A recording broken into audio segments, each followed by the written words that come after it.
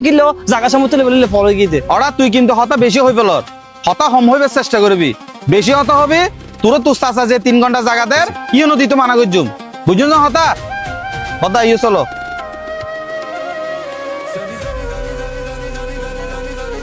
না তোর চাচা মারা গেই তুই নিয়ে দূরে বাড়িতে না যাবি তুই বাড়ি না যাই না এটা হারাই আসর তোর ব্যাপার কেন তো বুঝলে ভাই বন্ধু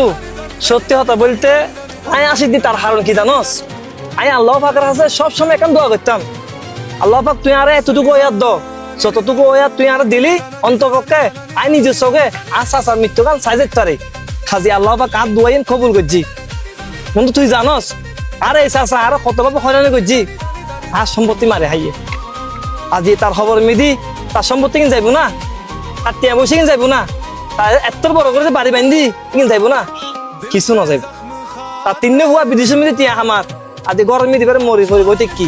তার তিননে বুয়া বউ আসনাটা কদি কিয়া নাই তার হাইটে গন্ধরি দিলে মানুষও নাই তার মেরি দিব দিলে মানুষও নাই তিন গরম পড়িব তখন আত্ম